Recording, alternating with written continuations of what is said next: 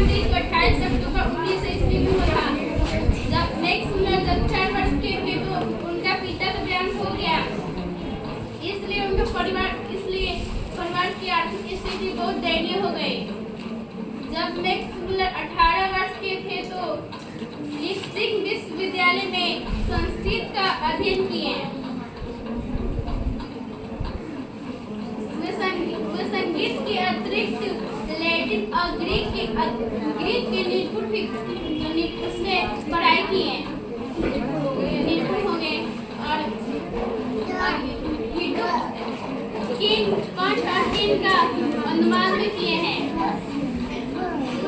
वो लैटिन और संगीत में भी कविताएं लिखने लगे। उनके बारे में बहुत नॉलेज था।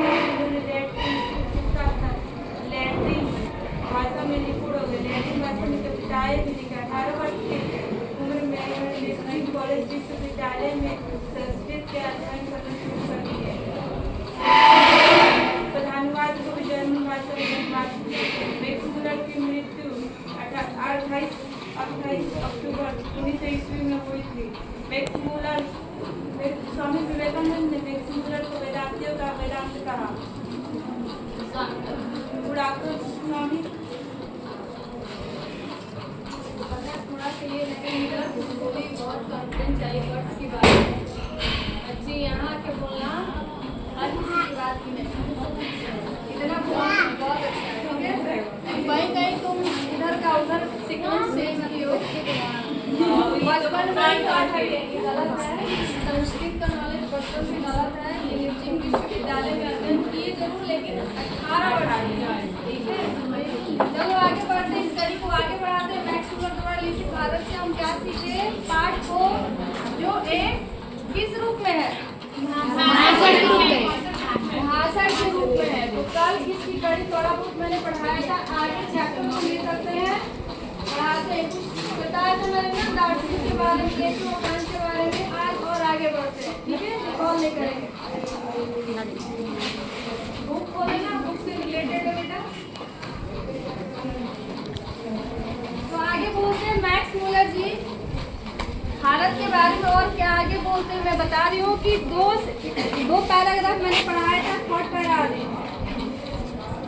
2-3 हजार वर्ष पुराना ही क्यों,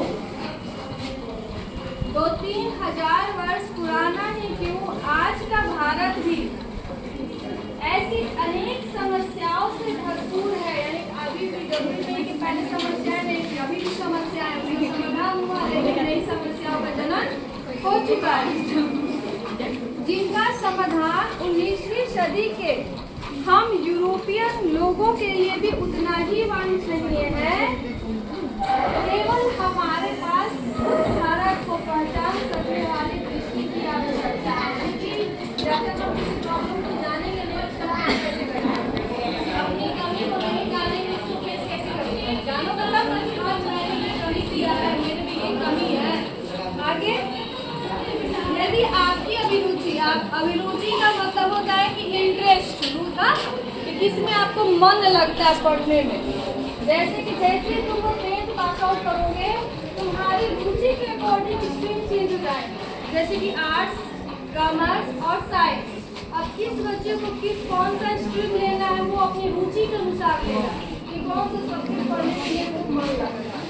ठीक, दबाव ना किसी को लेना चाहिए ना किसी को लेना चाहिए, हमें अपने अकॉर्डिंग चलना चाहिए, सब्जेक्ट चूज करने चाहिए। ठीक है, तो वही बोल रहा है मैक्स मूलर जी कि यदि आपकी अभिरुचि की पैठ किसी विशेष क्षेत्र से है, यानी कोई विशेष क्षेत्र से है, तो उसमें विश्वास और पोषण के लिए आपको भारत में पर्याप्त अवसर मिलेगा। यानी कोई भी आपको इंटरेस्ट लाइफ में अचीवमेंट हासिल करनी है, उसके लिए पर्याप्त अवसर भारत है।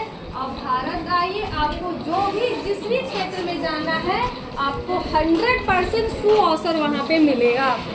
फिर आगे बोलते हैं, यदि आपने उन बड़ी बड़ी समस्याओं में रुचि ली हो, यदि आपने उन बड़ी बड़ी समस्याओं में रुचि ली हो जिसके बारे में अपने यहाँ के श्रेष्ठतम विचारक, जो श्रेष्ठ विचारक है, सोच विचार किया करते हैं, तो आपको अपने भारत प्रवास विज्ञान के क्षेत्र से निर्वासन समझ लेने की कोई आवश्यकता नहीं है। हर प्रॉब्लम का सॉल्यूशन मैक्स मूलर के अनुसार सिर्फ और सिर्फ भारत है। कोई भी दुनिया में प्रॉब्लम आ रही है, उसका सॉल्यूशन आपका भारत है। भारत में क्या है, आपका वेट पूरा, जैसे कि पुष्पक विमान है ना जी, सबसे पहले कहाँ बनेंगे, मेरा बेटा रावण के कॉलेज था, उसी का जी का जाकर सबूत है एरोप्लेन। उसका कहाँ मिला सबूत, कहाँ मिला, हमारे देश में मिला ना।